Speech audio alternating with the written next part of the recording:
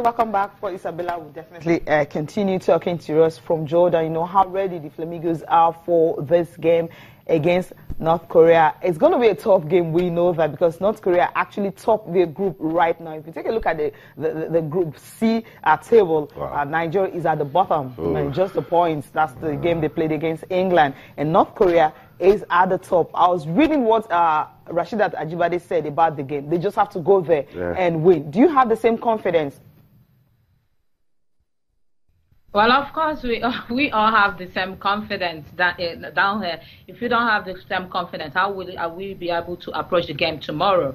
You need all the backing you need. You need all the encouragement, and that is what we are also, telling the players that they can actually do that against North Korea, because it is nothing less than a win against them. If they can be able to win North Korea by 2-0, of course, they will cancel out the +1 for North Korea, cancel out their own one, and win, qualify, despite what happens between Brazil and then England, because now if it comes to head-to-head, they will go, because they actually beat North Korea. So they have to concentrate on tomorrow's game, no matter what happens with Brazil and England, which is they are also going to play that simultaneously at the same time at a different stadium. But they are very confident. They really want to get results this time. Isabella, first, let's understand the problems with this team. This is a team that was so dominant. They were scoring goals during the qualifiers. And, of course, we had so much hope and confidence in this team when they were leaving for Jordan. What is the problem? You're close to the team. The players, I'm not seeing that charge. You're not seeing that fight. What's going on? Is it because it's an international competition? What is the problem? Actually, the first game, they were not, I would say they were not psychologically ready for that. Actually, before they went in, they said they were ready. But when they went into the pitch, I think most of them, only about 3 players were the ones that played against, that played 2 years ago in Costa Rica. So all the players are new players, and it was a different scene for them. But they were able to overcome that in the next game against England, only that they didn't do well in the shooting. I mean, they weren't accurate in the shooting, and they didn't make use of their scoring chances. So this time around, you will see a different team in the third game. Gradually, they are coming up, and tomorrow they know what actually is at stake, because a loss, a draw, Nigeria is out of the competition. This is not what they've dreamt of all these months. They've always dreamt of even surpassing the quarterfinals that Nigeria usually crash out from. So they really want to do well. And maybe just tomorrow, they are only pleading for everybody's support and encouragement. They really want to go and give it out against North Korea tomorrow. Yeah, definitely. That's what we'll be hoping. But another question I want to ask you is this. You talked about the fact that when they were coming into the game, that's the first game, they were not psychologically ready. Why did you say that?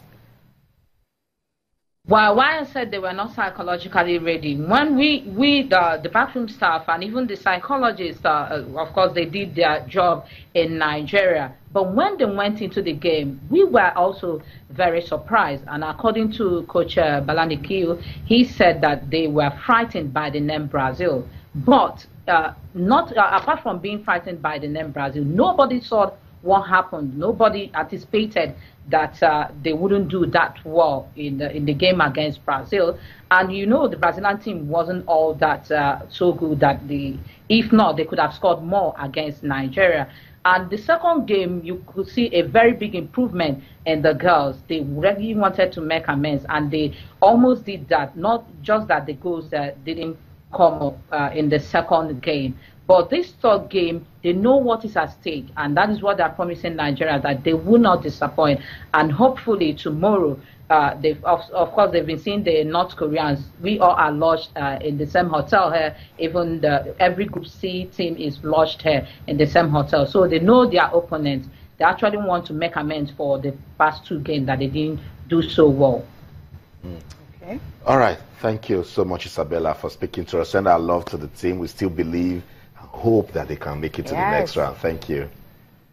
Thank you very much for having me. The hope is the watchword. The game is going to be tomorrow, 2 p.m. Nigerian time, of course, against KoreaDPR, and don't forget it's going to be at the Amman International Stadium. That's where it's going to be. So Nigerians, start supporting these girls, see how they can get out from this group. I know it's a very, very tight corner. Now take a look at this group, Austin, to see what it is, see what we have. I mean, wins, points, and everything. The best thing to do, scary task, right? Let's just forget about the other guys. Come out and see if we can beat KoreaDPR like 4 goals to nothing, and then just listen to the news. What happened between Brazil and England? Don't put don't think about it. Just mind your business.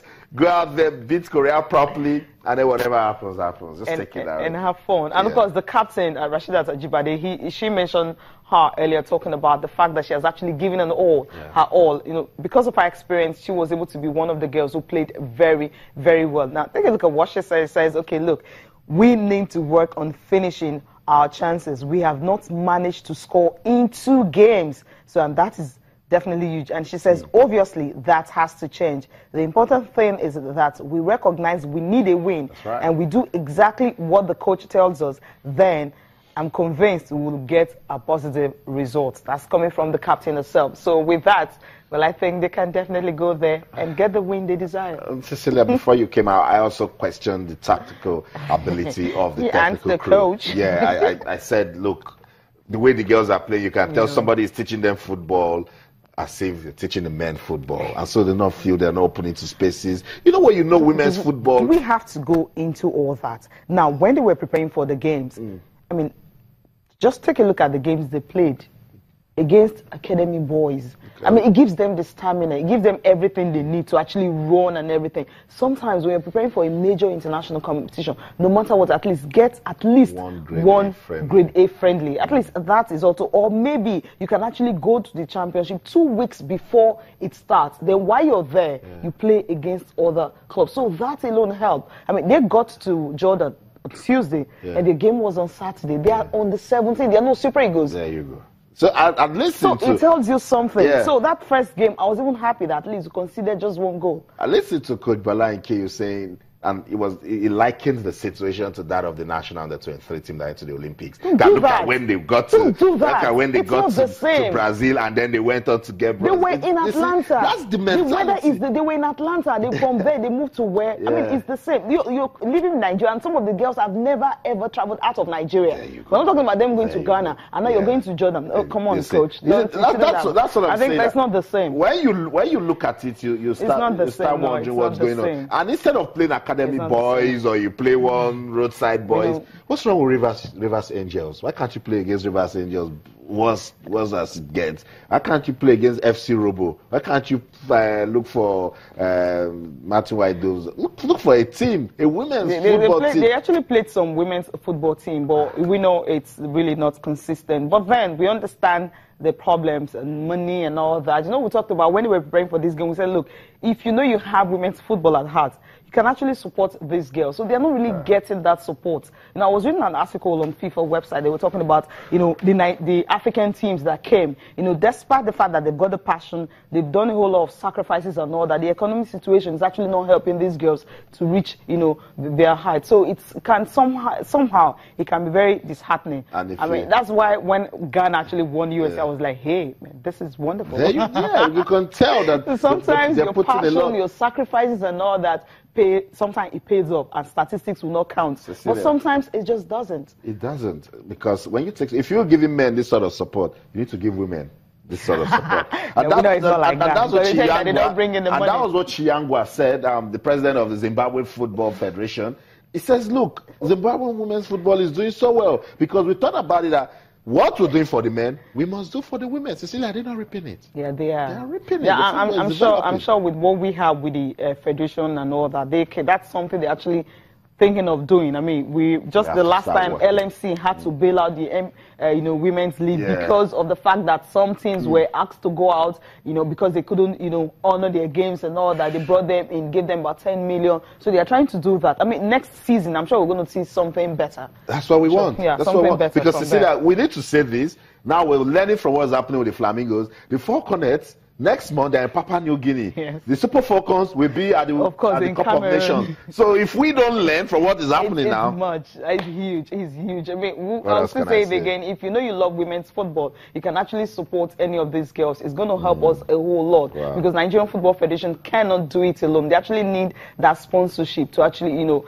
bring the girls to the very heights we actually want them. I was watching a documentary on Kosovo. You know, some countries were actually going for the World Cup qualifiers for the first time. Yeah. And Kosovo is one of them. And the Prime Minister was talking about the fact that, look, there's a way that football and sports have actually helped them politically. So when you actually support sports and put all the money and everything you have, sometimes politically it can also help your country. So we can actually do that. Let's go to the MPFL. Okay. Let's take a breather. It's very, very important. Yeah, some highlights coming from, some goals, you know, coming from some of the games at the weekend. Talking about especially some spectacular goals. Ooh. The one you saw with Heartland, the one you saw at Rangers, can still remember that vividly. And of course, the one you saw when MFN actually played Ifeanyi right here in Lagos. That goal, you know, helped them to escape relegation.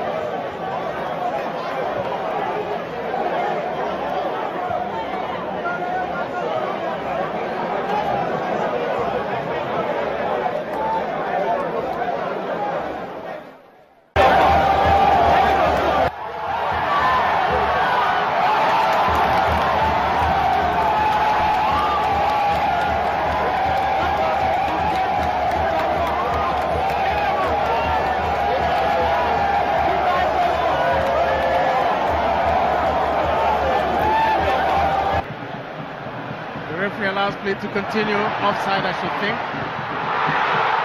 And then the flag stayed down.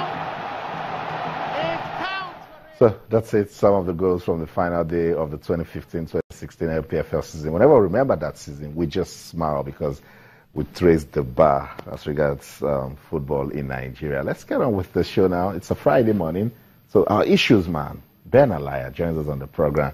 Ben, good to have you on Sports this morning. Always a delight to be here. Good Fantastic. morning. Ben is... Let me welcome back Cecilia. That's okay. She's looking fresher. Yeah. Good morning. Okay, Ben, you're gradually becoming, do you have plans of starting a ministry? Because you said Enugu Rangers, about 2 months to the end of the season, you were confident Enugu Rangers will win. Yeah, I said so because I saw the way they were going, and I know the character of the club over time. I used to visit Enugu very often, way back when the league was very, very competitive, and I knew the spirit in camp. Even though they were not winning then, they were like coming second, winning the FA Cup or playing in Wafu. They must always play continental. So they have a character that is, you know, like that of I don't even want to call them the flying antelopes. They're like the jumping lions. Violent ones. All right, Ben, let's just stay with that. Let's just stay with that. You know what? Keep talking to us as regards Enugu Rangers. Let's go on a quick break. When we come back, good story for Enugu Rangers. It's bitter for Heartland. Don't go anywhere. Stay.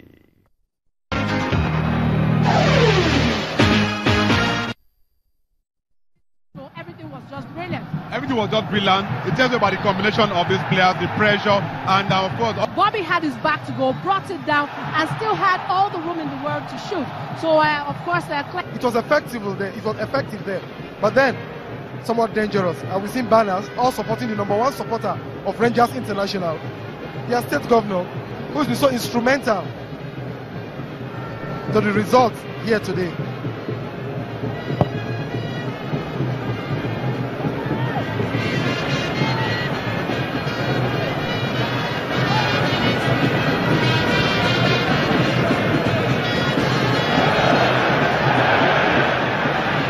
Chisholm going on one of those runs of his and has gotten the better of his man.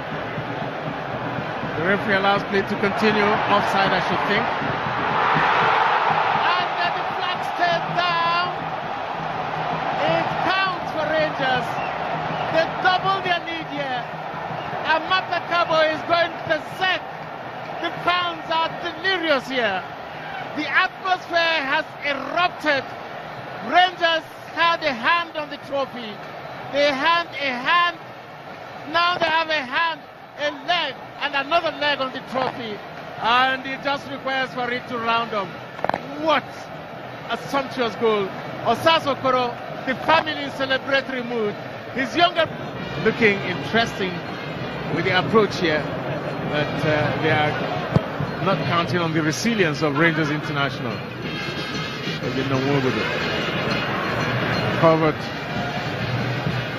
The ball coming forward and almost going through. Rangers looking good. They need support. Gets it to his man. Cuts in there. And the chance coming to Rangers. Selfless. Oh, what a goal that was. Everybody stands up for this goal. This is exquisite. This is absolutely atrocious. It is atrocious, really. You can't begin